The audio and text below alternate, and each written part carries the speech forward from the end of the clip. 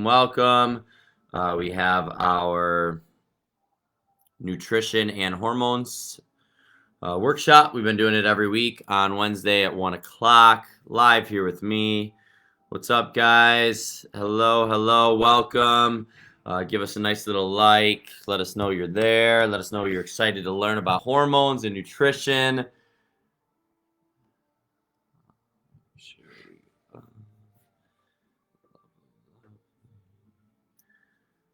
All right, guys, so if you missed out on the last few weeks, we've been diving in every week on nutrition's relationship to hormones. So we're going to follow up with that today. So today is all about nutrition's relationship, specifically with hunger and some metabolic hormones. That's what we're going to talk about today, and with our 5 takeaways that you can leave here today with so that you can have something to do and work on and start to incorporate into your wellness lifestyle, if you will. So welcome, guys. Thank you for joining me. Lunch here with Danny every Wednesday, talking about nutrition and hormones in the month of April. First week, if you missed out, we talked about nutrition and stress. Then we dove into nutrition and sex hormones. Today, we are diving into nutrition and hunger, or metabolic hormones, and some different things that you can do nutritionally to help with that. And then next week, we're going to dive into nutrition and sleep and recovery hormones, which is always a important and good topic here. So I am going to jump into it, guys. Welcome, guys. If you have any questions at any point, feel free to comment, tag me in it. Let me know. I'll be happy to answer, whether you're watching live or you're watching later.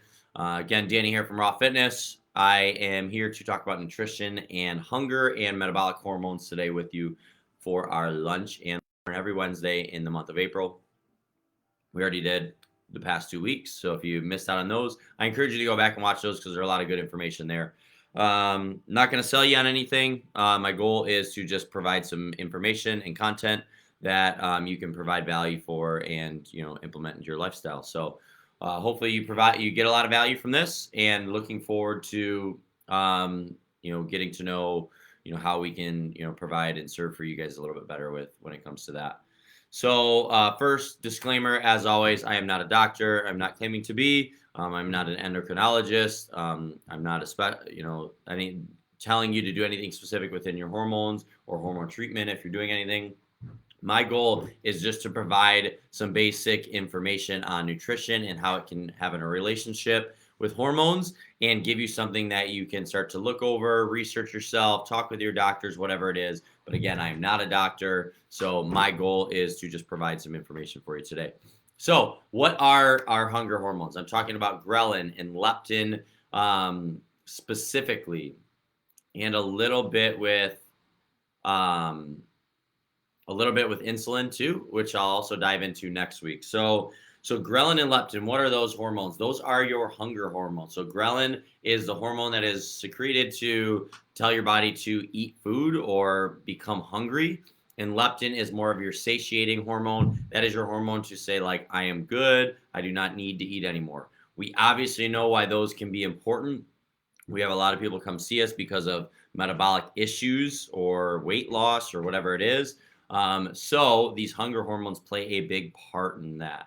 So my goal today with you is to do some things nutritionally that can help with those specific hormones. So I want you to think of these 2 hormones, the ghrelin and leptin. So ghrelin is telling your body it's craving food, it wants food, to start to increase your hunger levels, while leptin is the opposite, is the hormone that tells your body that it does not need any more food and it can stop eating.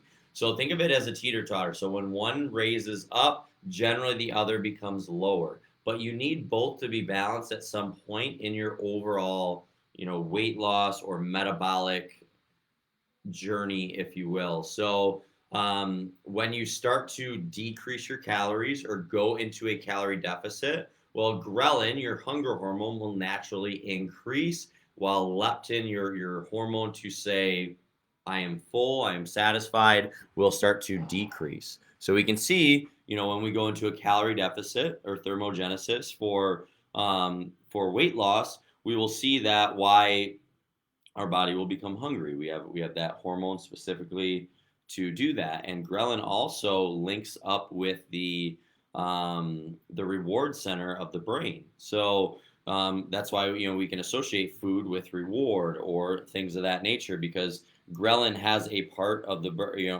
is linked to that part of the brain. So when we consume food because of survival mechanisms, we have that good sense and feeling there. So when we get into that lower calorie deficit, if our goal is metabolic or weight loss, um, that ghrelin will really increase and keep telling your body to eat, eat, eat, eat, and leptin, or the hormones that will tell you that it's full, will start to decrease. So we need a little bit of a balance when it comes to that. So what are some other things that, obviously other than a lower calorie diet, will affect these hormones? So when specifically with ghrelin is influenced the most by lifestyle habits, but when we are not sleeping, or we're under a lot of stress, or we're training too much, ghrelin gradually will increase because it's telling the body it needs more nourishment, or it needs more calories or nutrients in order to function properly. So when we go on these low calorie diets, or when we train excessively, or we're under a lot of stress, or we're not sleeping well enough, well, ghrelin and leptin are going to fluctuate in terms of ghrelin is going to really increase and leptin is really going to decrease. So we need to have a little bit more of a balance. And in order to kind of manipulate these hormones, if you will, for metabolic functions to be beneficial for you, here's some of our top takeaways for nutritionally that you can start to do pretty much right away. So the first one is to try to eat every 3 to 4 hours. This is going to help keep blood sugar stable, which will also keep ghrelin at bay a little bit, so you're not going super long stretches without eating. Now, I'm not talking about fasting. That's a little bit different. I'll dive into that actually here in a couple minutes, but I'm specifically talking about once you have your first meal of the day, to try to consistently eat every 3 to 4 hours from there. So that will help keep ghrelin, your hunger hormone, a little bit more at bay, and it'll also help keep your insulin. Whoops. Sorry, Facebook, I just kicked you. That will also help keep ghrelin, your hunger hormone, a little bit more at bay, so you're not ravishingly hungry, which you may notice if you go long stretches without eating. Number 2 takeaway for improving our metabolic hormones and our hunger hormones is eat in line with your basal metabolic rate. So if you're not sure what that is, or what BMR is, that's essentially the amount of calories essentially that your body requires to function properly. So all of your metabolic functions, okay, all of your bodily systems require X amount of calories to function if you just sit in this chair all day.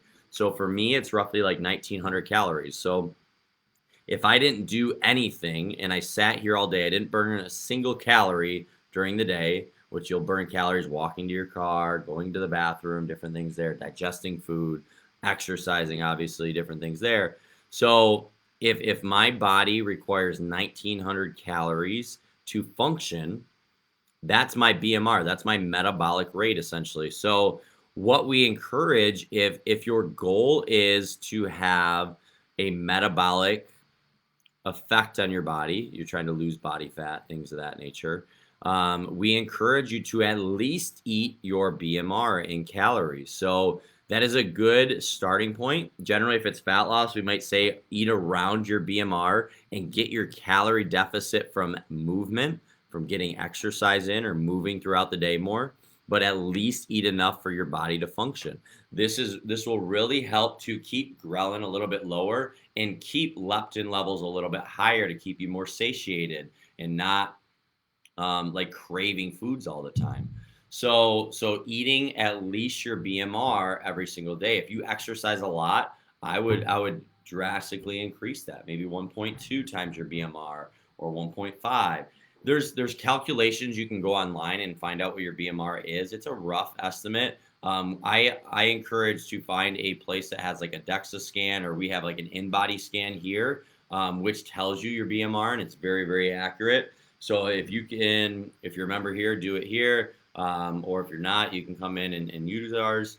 But highly recommend getting some type of in-depth scan done so you know like what your metabolic rate is, because all hormones require calories to function, and all your bodily systems require calories to function. So eating at least your BMR will really help with those hunger hormones and metabolic hormones. And kind of in line with that too is one way to kind of manipulate ghrelin and leptin is going about 5 to 7 days at a calorie deficit will start to slowly increase your ghrelin, or your hormone to tell you that it's hungry, but it'll start to slowly decrease your leptin, which is your hormone to say I'm satiated, I'm full. However, you don't want to do that long term. So what we always encourage, if weight loss or metabolic aspects is a goal, is to do some form of a calorie deficit by eating your BMR and getting that deficit through movement. And then from there, doing every like 5 to 7 days what we call a refeed day, where you increase your carbohydrate intake or increase your caloric intake for a set meal. So like say every Saturday for dinner, I'm just going to eat a little bit more. I'm going to increase my carbohydrates. What this will do is that will increase your leptin levels. That will again slowly start to decrease after about 5, 6, 7 days. So this is a very good strategy for weight loss to increase your leptin levels, or your hormones to say I'm satiated, I'm full, I'm good, which will help for metabolic functions, is to eat in somewhat of a calorie deficit throughout the week, and then 1 day a week do a refeed dinner or lunch or breakfast, whatever, just one meal, to where you increase the calories, in particular the carbohydrates for that. That's a good strategy in line with helping with some of these hormones. Number 3 is to eat moderate amounts of protein, and specifically to eat protein at every single meal. So every single meal that you consume food, we highly recommend to incorporate protein, because that's going to keep you satiated. That's going to keep these hormones a little bit more level and balanced. So always eating protein at every single meal.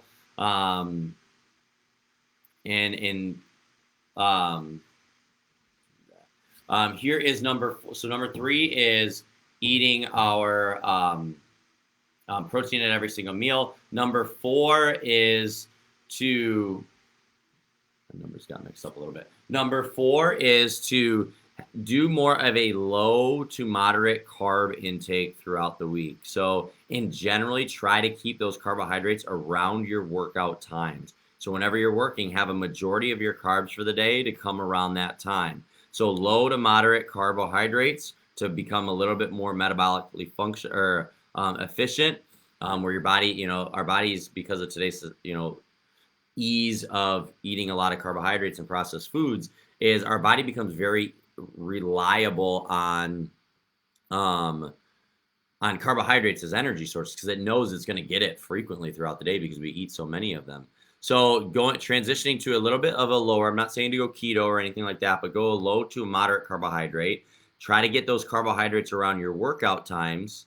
And then do what I mentioned before, do that bigger influx of carbohydrates for one meal a week, to increase those leptin levels again there. So quick recap: number 1, eat every 3 to 4 hours once you have your first meal. Number 2, eat in line with your basal metabolic rate to have at least all the calories you need to be metabolically efficient. Number 3, eat protein at every single meal that you consume food. Number 4, do more of a low to moderate carbohydrate intake throughout the day, with most of your carbohydrates be coming around your workout times, and then doing one refeed day where you're in a calorie deficit throughout the week, and then one meal, try to ramp up your calories and specifically your carbohydrate intake. Number 5 is to implement fasting. So I meant that before. What fasting is essentially a 16 to 20 hour window where you are not consuming food. Again, consult with your doctor if you're doing stuff like this, or on any medications, anything like that. But there is some hormonal benefits to fasting. It can help to stabilize blood sugar levels. However, the thing with fasting is to have your last meal and then go a long stretch without eating. It's not have a meal, long stretch, have a meal, long stretch. That is not fasting. That is just very, very detrimental to your blood sugar levels and your insulin levels. So highly recommend if you're doing fasting, just condense all of your meals into a smaller window of about 5 to 8 hours or so. So implement fasting can really help with hunger hormones, but it's going to take some mental strength. It's not easy to do fasting. I do have one bonus for you, so we kind of have 6 here today, is to find healthy options that you really, really enjoy that gives you pleasure. Why do I say that? It's because the ghrelin is the hunger hormone and is associated with the reward center. So if we can associate pleasure with good, healthy eating, for one, it's going to help with the ghrelin levels, your hunger hormones, but it's also going to help reward or make this stick. And another benefit is you can eat more calories of it because it's less calorie dense than, a donut or whatever, if you will, where one little donut might be 500 calories, where you can eat a lot of healthy foods with that 500 calories. So those are our tips, guys, diving into hunger and metabolic hormones and functions to help you with your weight loss journeys, anything there. Number one, to improve these hormones, number one is to eat every 3 to 4 hours to maintain blood sugar levels once you have your first meal. Number two, eat protein at every single meal that you consume food. Number three, eat at least your basal metabolic rate or your BMR in calories every single day. Eat every single day and get a calorie deficit from movement, not from food. And then number four is to stick to more of a lower or moderate carbohydrate intake throughout the week, with your carbs coming mostly around your workout times, and then doing one refeed day where you increase your carbohydrates and increase your calories for a single meal throughout the week. So calorie deficit throughout the week, with a little bit lower calories, but still in line with at least your BMR, like I mentioned a minute ago. And then one time a week, increase your caloric intake in a single meal. Number five, to implement fasting. What that is a condensed window of eating, long stretch between, like, say, your last meal and your first meal, the last meal the night before, first meal the day of. And then a bonus implementation to help with hunger and metabolic hormones is find healthy options of food that you really, really enjoy. For one, to improve that reward center in the brain, but two, to help with ghrelin levels, and three, it allows you to eat more consumption of those foods. So that is it, guys. If you have any questions, please comment here. Let us know if this was helpful. Give us a heart, give us a like. Hopefully you found some value in that. We'll be back next week at 1 o'clock Wednesday here with me to dive into hormones and sleep and recovery. So we will see you next time, guys. I'm looking forward to it. And again, if you have any questions, anything like that, feel free to let me know.